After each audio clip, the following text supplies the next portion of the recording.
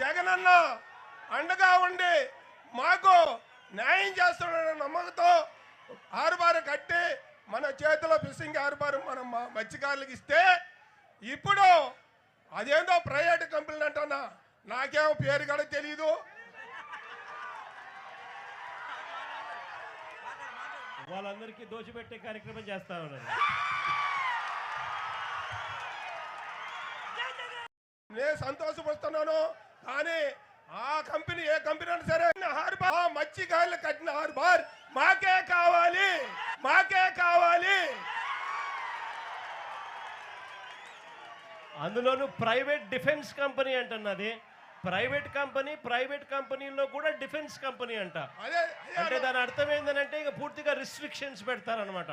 అంటే మన హార్బర్లోకి మనం రావాలన్నా కూడా చెక్ పోస్టులు, కర్ఫ్యూలు, పాస్పోర్ట్లు ఇవన్నీ మనం పెట్టుకుంటే తప్ప నుంచి మనం మన హార్బర్లోకి కూడా మనం రాకూడదట. అదే అన్న, ఏంటంటే ఆ విషయాలన్నీ మాకు తెలియదు. మాకు కట్టిన హార్బర్ ఏ కంపెనీ ఉండకూడదు. అలాంటి కంపెనీ ఉంటే మేము హార్బర్లో పోయి ఏడ చేయడానికి అవకాశం ఉండదన్న. ఆ కంపెనీలు తీసేసి మా హార్బర్ మా మత్స్యకారులకి మీ తరపున చంద్రబాబు నాయుడు ముఖ్యమంత్రిగా ఉన్నారు, ఆయనకి చెప్పి అది ఆపి మీ తరపున మా మత్స్యకారులకి మా హార్బర్ మాకే ఉండేలాగా చెయ్యన్న. ఇదే నాకు కావాల్సిందన్న. ఈ కంపెనీ డిఫెన్స్ కంపెనీకి కావాలి అని అంటే పక్కన పోర్టు ఉంది, కృష్ణపట్నం పోర్టు. ఆ పోర్టులో దండిగా స్థలం ఉంది, అక్కడ కావాలంటే ఎవరికైనా కూడా ఇచ్చుకోవచ్చు. ఇక్కడ మాత్రం ఇక్కడ మత్స్యకారులకు మేలు అక్కడ కావాలంటే ఎవరికైనా కూడా ఇచ్చుకోవచ్చు. ఇక్కడ మాత్రం ఇక్కడ మత్స్యకారులకు మేలు జరిగించే దానికోసం 300 కోట్ల రూపాయలతో ఇక్కడ ఫిషింగ్ హార్బర్ పెట్టి ఈ ప్రాంత ప్రజలందరికీ కూడా మంచి జరగాలని చెప్పి ఆరాటపడిన పరిస్థితుల్లో వీళ్ళకు మంచి జరిగించకుండా ఇక్కడే వీళ్ళకు నష్టం చేస్తూ పెట్టడం అన్నది దుర్మార్గం అని చెప్పి కూడా ఈ సందర్భంగా చంద్రబాబు నాయుడు గారికి ఇక్కడి నుంచి మనందరి ఆవేదన కూడా తెలియజెప్పే కార్యక్రమం కూడా చేస్తాం.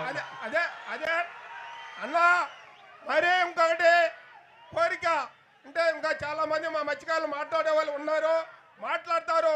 ఈ సమస్య మాకు మటుకు ఆ కంపెనీ వద్దు, మా పోర్టు మాకు ఫిషింగ్ హార్బర్కు మా మత్స్యకారులు కడితే మాకే కావాలి. కానీ ఒకటన్నా, ఇక్కడ కడలూరు బోట్ల గురించి కొన్ని సమస్యలు ఉన్నాయి. కడలూరు బోట్లు గతం 20 సంవత్సరాల నుంచి మనం ఎంతమంది అటు నాన్నగారు ఉన్నప్పుడైనా సరే, ఇప్పుడు చంద్రబాబు నాయుడు ఉన్నప్పుడైనా సరే మేము తెలియపరుచున్నాం అన్న. తెలియపరిచిన ఆ కడలూరు బోటుని మాకు అక్కడ ప్రభుత్వం మేము ఎంత చెప్పినా ఎలా. కానీ ఇప్పుడు మీరు వచ్చిన కానీ ఫిషింగ్ హార్బర్ ఇక్కడ కట్టినప్పుడు మా మత్స్యకారుల్ని బాధలు ఆ కడలూరు బోట్లు ఎట్టా పట్టుకోవాలి అనే ఆలోచనతో కష్టపడి మా మత్స్యకారులు మన జీవనం పోతుంది, మన వలలు పోతున్నాయి, మన రక్తం వలలో తెంపేస్తున్నారు. ఇలాంటిదన్నీ కూడా ఉంటే ఇప్పుడు మేమేం చేసామంటే, మేము కష్టపడి బోటు పట్టుకుంటే బోటు 8 నెలలన్నా మేము ఇక్కడ కాపలా కాసింది. 8 నెలల కాపలా కాస్తే ఒక్కరకాడ ప్రభుత్వం మా కంటెత్తి చూపిన వాళ్ళు లేరు, మాకు ఏంది మీ బాధ అడిగిన వాళ్ళు లేరు. కానీ మేము ఎట్టో కాపలా పెట్టో చేసో ఏడా బోటు మేము కట్టి పెట్టుంటే మాకు పరిష్కారం చేయకుండా ప్రభుత్వం పరిష్కారం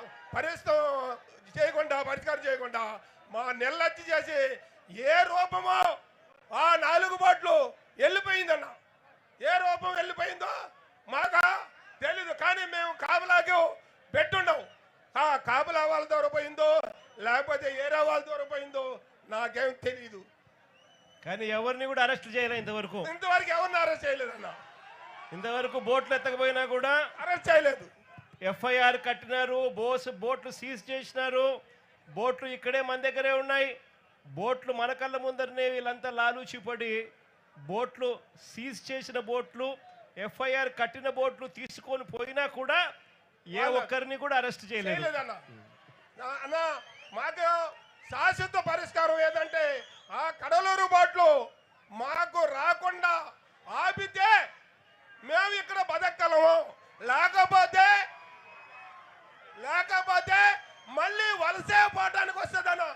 ఇది మా మీద గుర్తించి మీరు జగనన్న మీరు ఇప్పుడు మన సీఎంతో దృష్టికి తీసుకెళ్ళి మాకు శాశ్వత పరిష్కారం చేయాలని నేను మరీ కోరుకుంటున్నాను జగనన్న.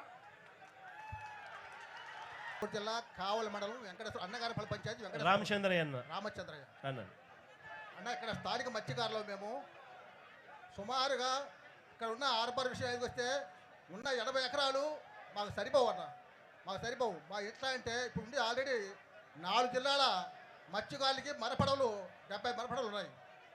ఆల్రెడీ ఇక్కడ కావలి నియోజకవర్గం నుంచి కుర్రుపాలెం నుంచి చెన్నైపల్లి వరకు 6 పంచాయతీలకి సుమారుగా 1000 సాంప్రదాయ మత్స్యకార పడవలు ఉన్నాయి. ఆ మత్స్యకార పడవలు 1000 మరపడవలకి 150 మరబోటుకి ఇక్కడ స్థలం సరిపోదన్న. కానీ మేము సరిపోకుండా ఉంటే, మేము బాధపడతా ఉంటే మా స్థలంలో వచ్చి ఏదో ప్రైవేట్ కంపెనీకి 30 ఎకరాలు 29.5 ఎకరాలు వాళ్ళకి కట్టబెట్టడం అనేది మా మత్స్యకారులు ఎవరు ఒప్పుకోరన్నా. ఆ స్థలం మాకే కేంద్ర స్థలం మాకే ఉండాలి. ఎట్టి పట్ల మేము రాజీ పోవడా. అంత స్థలం కావాలంటే తీరపాత్రలో చాలా చోట్ల ఉన్నాయి. వాళ్ళు డబ్బులు పెట్టి కొనుక్కొని ప్రభుత్వం అంటే అభివృద్ధికి వ్యతిరేకం కాదు. పక్కనే పోర్టు ఉంది కదా కృష్ణపట్నం పోర్టు, అవునన్నా, అక్కడ కావాలంటే ఇచ్చుకోవచ్చు కదా వాళ్ళకి కావాలంటే. అవునన్నా, అభివృద్ధికి వ్యతిరేకం కాదు, కానీ అభివృద్ధికి మా సహకారం ఉంటుంది. కానీ మా కేటాయించిన స్థానంలో మా వాళ్ళ 60 మేము మాకు ఐస్ బ్యాటరీ అవసరము, మాకు ఆయిల్ బ్యాటరీ అవసరము, మాకు 70 స్థలం. ఎందుకంటే సుమారుగా 4000 మంది ఎప్పుడు ఇచ్చి అక్కడ ఉండాలి. వాళ్ళకి ఆ స్థలం సరిపోదు.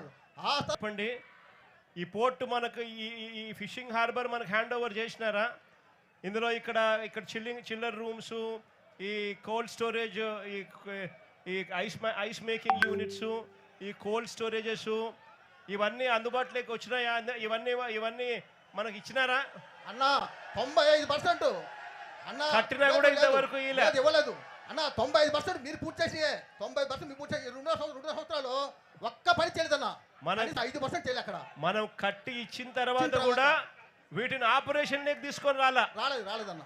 ఎక్కడ ఆపరేషన్ లేక వస్తే ఎక్కడ మత్స్యకారులందరూ కూడా దీన్ని హక్కుగా భావించేసి ఇదంతా వాడడం మొదలు పెడతారేమో అనే ఉద్దేశంతో అసలు మీకు ఇక్కడికి వచ్చేదానికి అఫీషియల్ గా పర్మిషన్ కూడా ఇవ్వలేదన్న. ఇంతవరకు కోల్డ్ స్టోరేజ్ లో అందుబాటులో ఉన్న వాడే కార్యక్రమం జరగడంలా, ఇంతవరకు చిల్లర్ రూములు అందుబాటులో ఉన్న వాడేదానికి మీకు పర్మిషన్ ఇవ్వడం లేదు. ఇంతవరకు ఐస్ మేకింగ్ యూనిట్ తయారైపోయినా కూడా ఇంతవరకు మాడుకునేదానికి మీకు పర్మిషన్ ఇవ్వలేదు.